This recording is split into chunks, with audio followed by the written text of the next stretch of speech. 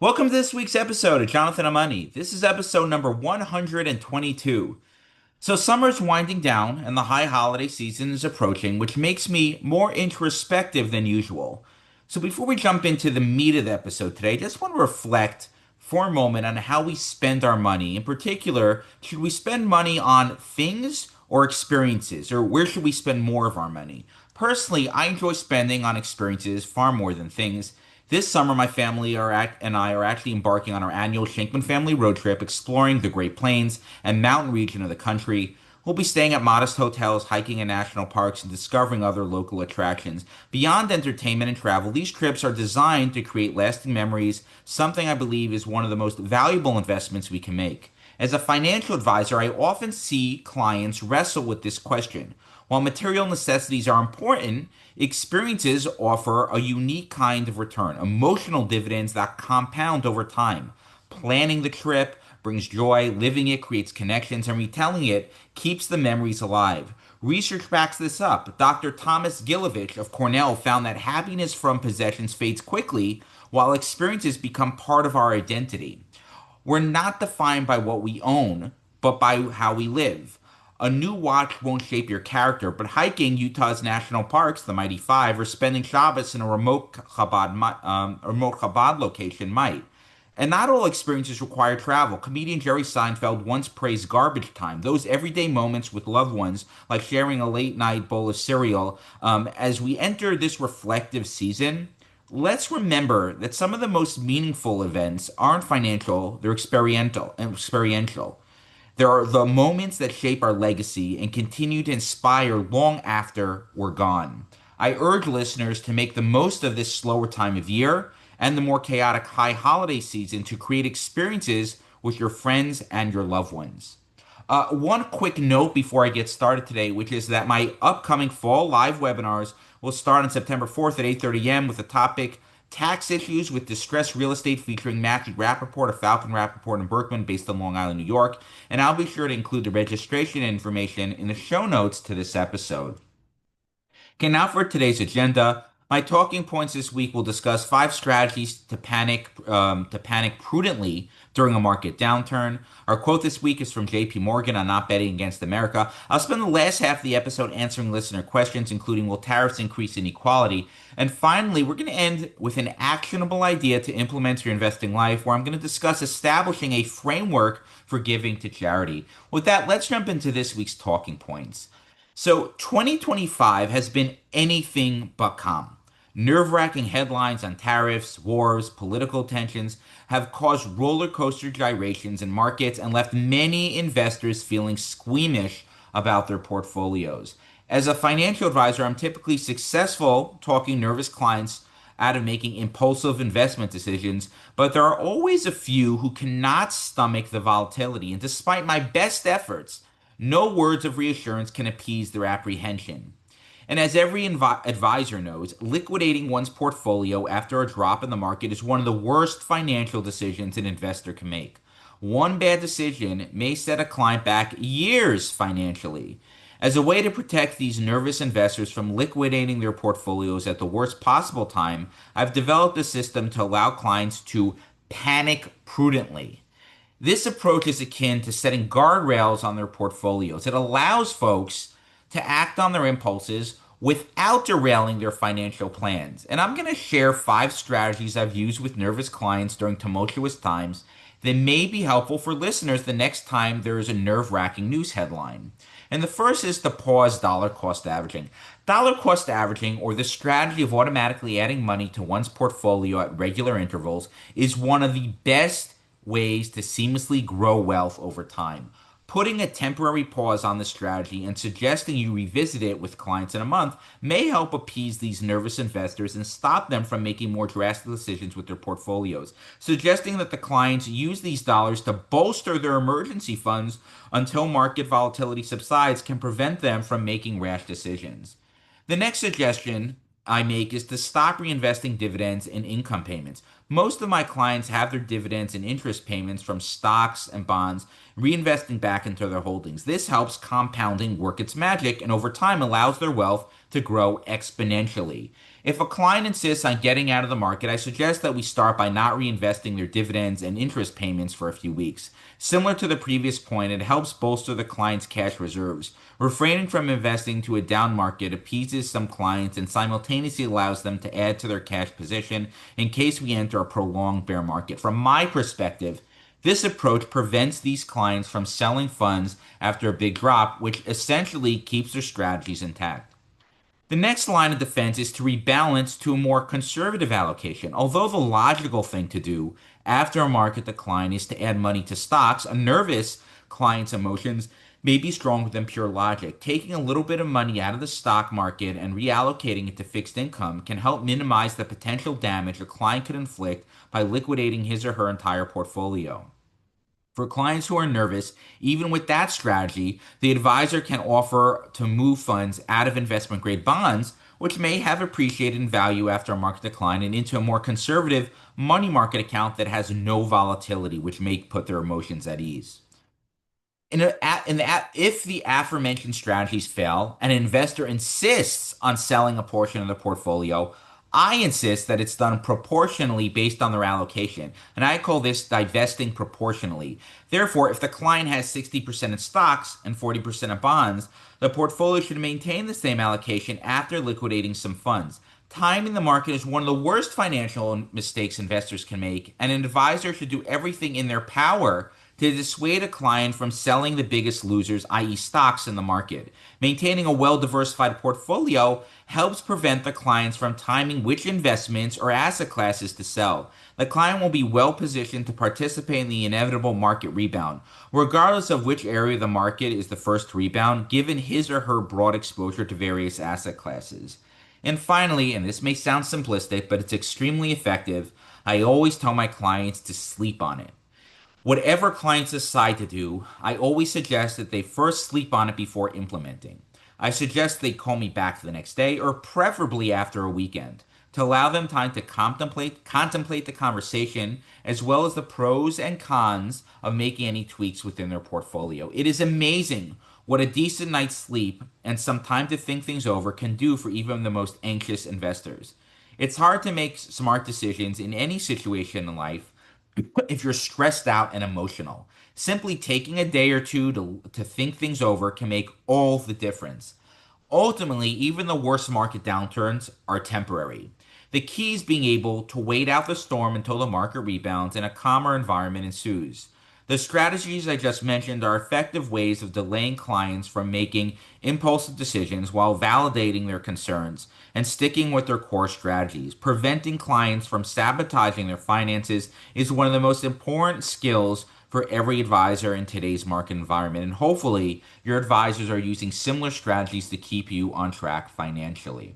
Okay, those are the talking points this week. And as a reminder, you can be notified of all my recent articles, webinars, and all the work I put out by subscribing to my free monthly newsletter at parkbridgewealth.com/newsletter.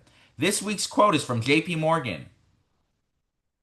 And for those who don't know, JP Morgan, also known as John Pierpont Morgan, lived from 1837 to 1913, and he was a towering figure in American finance during the Gilded Age and Progressive Era. He was born in Hartford, Connecticut, and was educated in Boston and Germany before launching his career in banking. Morgan founded J.P. Morgan and Company, the predecessor of today's J.P. Morgan Chase, and played a pivotal role in shaping the U.S. economy through industrial consolidation and financial stabilization. He reorganized major railroads and financed the creation of corporate giants like U.S. Steel, General Electric, and International Harvester. During financial panics, especially in 1907, Morgan used his influence to stabilize markets, effectively acting as a central bank before the Federal Reserve existed. Though he's criticized for wielding immense power, Morgan was also a philanthropist and art collector, contributing significantly to institutions like the Metropolitan Museum of Art. His legacy endures as one of the most influential financiers in American history. And Morgan once said, "The man who's a bear on the United States will eventually go broke." This quote highlights a principle of long-term optimism about the American economy and market. In investing terms, a bear is an individual who believes a market or economy will decline. The quote suggests that those who consistently bet against the United States' long term prosperity will ultimately face financial losses.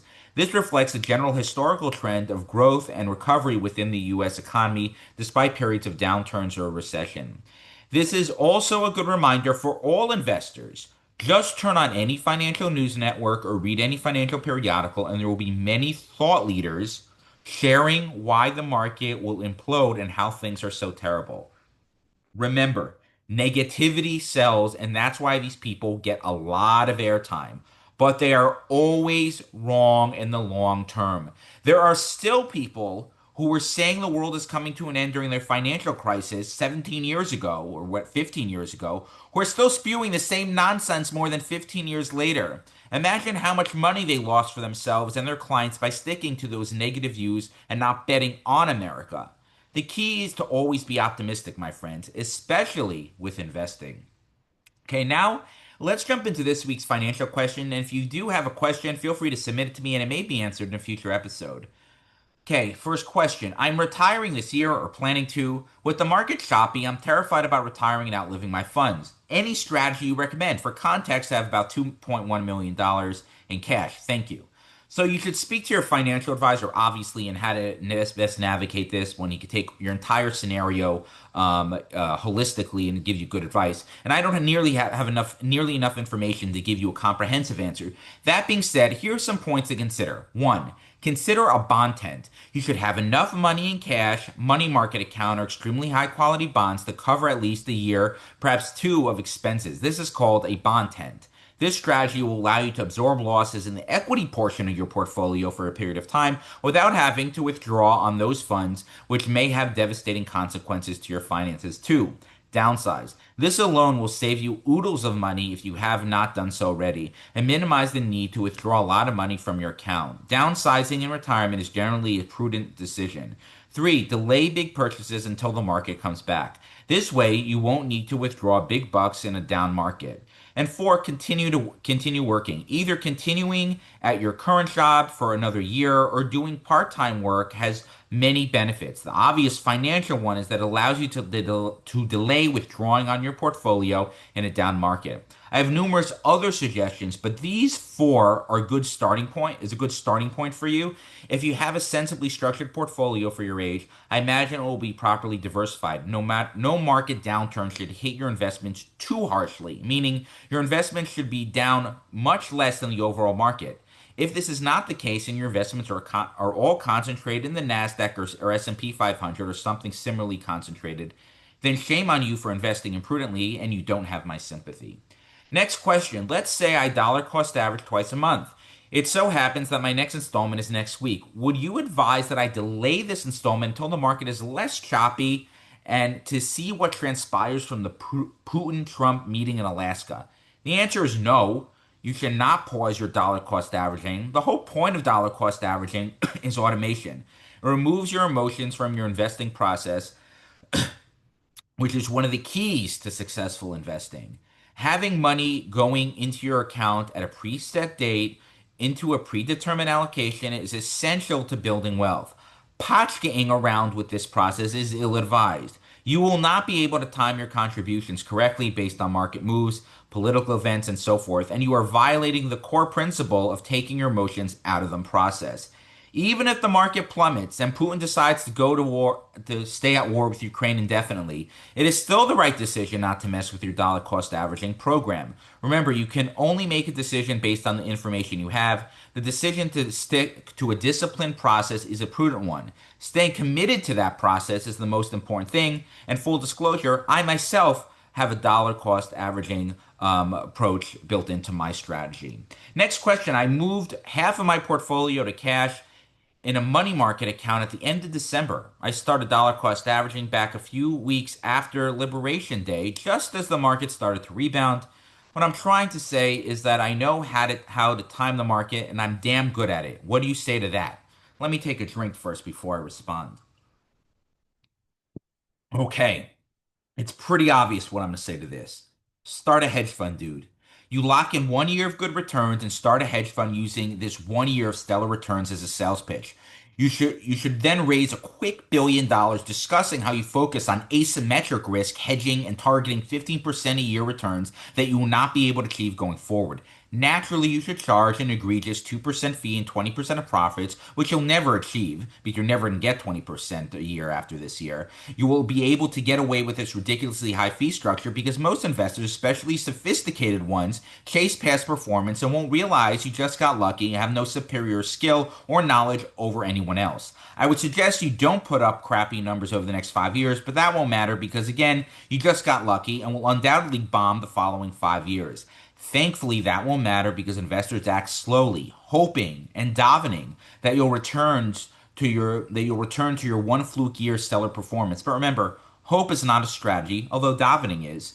And you're going to be collecting 2% in fees on those assets, so you can easily maintain your bloated lifestyle of too many cars, houses, club memberships, and vacations you can't actually afford. The end of those 5 years, you should close the fund. Not that you're going to have a choice, since you're going to have virtually no money left under management other than your own, because people are going to eventually pick up that you suck at what you do and they're going to start withdrawing the funds. You should issue a press release that the close of the fund is because you want to spend more time with family, which is BS, but it sounds really good. And then open up a family office, which is unnecessary, but also sounds good, with tens of millions you made in fees. And say you're focusing primarily on philanthropy, even though that's not true. You should sublease an office on Park Avenue, a cubicle at a Regis will do, in order to help maintain your fancy image. Boom. You have your life planned out based on one lucky move this past year, and I hope that's helpful. Next question. Will tariffs increase inequality? Perhaps. There has always been inequality of wealth, and there always will be. I know this is a very popular talking point right now, but it's always existed. There really is no way around that. The biggest antidote to inequality is a meritocracy where anyone who's willing to work hard and has some mazel or luck can catapult themselves to the upper echelons of wealth. Conversely, the rich people who lose that drive and aren't prudent with the management of their funds will fall in the meritocracy in both income and wealth, i.e., the Vanderbilts are a prime example of this. Artificially trying to prop people up who are not motivated to make money will not close the wealth gap because eventually they'll stop being propped up and they will fall back to being low income. It's just how things work. Now, to directly answer your question, I imagine rich people will be hit from these tariffs. Their business may ultimately suffer, so their overall worth is likely to go down. Furthermore, if business is terrible, then their income is going to go down as well. People at the lower end of the income and wealth spectrum are also struggling because of inflation, where their paychecks are not going as far as they used to. So tariffs suck across the board, and the overall delta between rich and poor may not actually change. Okay, next question. You post a lot on social media. I assume your goal is to get people on people's radar. Are you using some type of marketing consultant for this? Or was it your own initiative? I'm asking because I'm wondering how to grow my own business.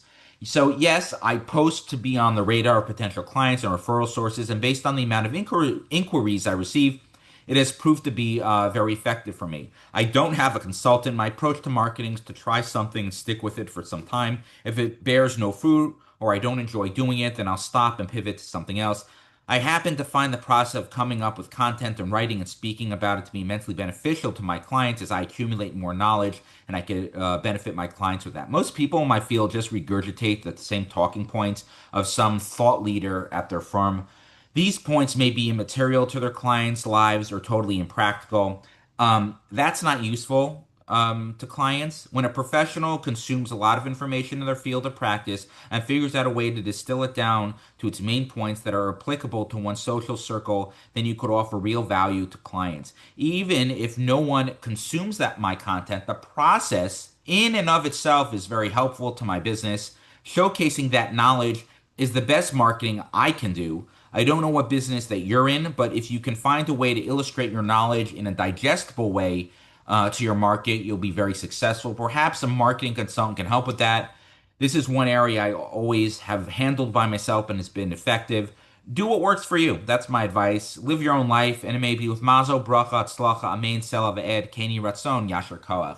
Okay, that's it for financial questions this week. And by the way, if you have a more involved personal finance situation, feel free to reach out directly to me, and perhaps my team and I can help you. The best way to get a hold of me is via email at jonathan@parkbridgewealth.com. And finally, I like to end with a timely and actionable idea that listeners can implement to their own financial lives. Today's timely idea is establishing a framework for giving charity. One of the challenges wealthy people face is being hit up for money from all directions. This is why establishing a framework for giving away money can make these constant solicitations much more manageable. I always advise my clients that it is important to have a framework for giving. While it's common to discuss strategies for the accumulation of wealth, it's not as common to discuss a system for the distribution of one's money. For many investors, philanthropic giving discussions tend to focus purely on tax, financial, or estate planning. This may include discussing strategies like donor advised funds, private foundations, charitable annuities, or creative trust planning.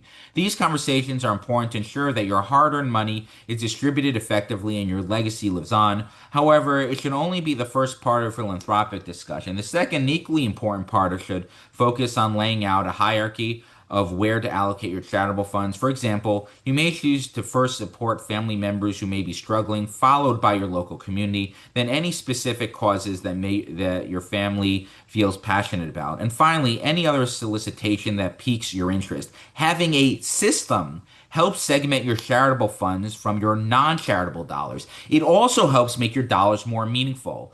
Next time a wealthy family is solicited for funds, or non-wealthy family, whoever you may be, it's always makes sense to have a system. They can quickly discern if this request fits within their framework, which aligns with their values. They can then respond to this request more confidently and say yes or no to the request based on their own predetermined criteria. And with that, it's a wrap for this week's show. Any comments or questions, feel free to reach out directly to me via email. I love hearing from my listeners. And finally, the secret to financial success is no secret at all. It's to spend less than you make, invest the difference prudently, and ignore all the noise. See you next time on Jonathan on Money.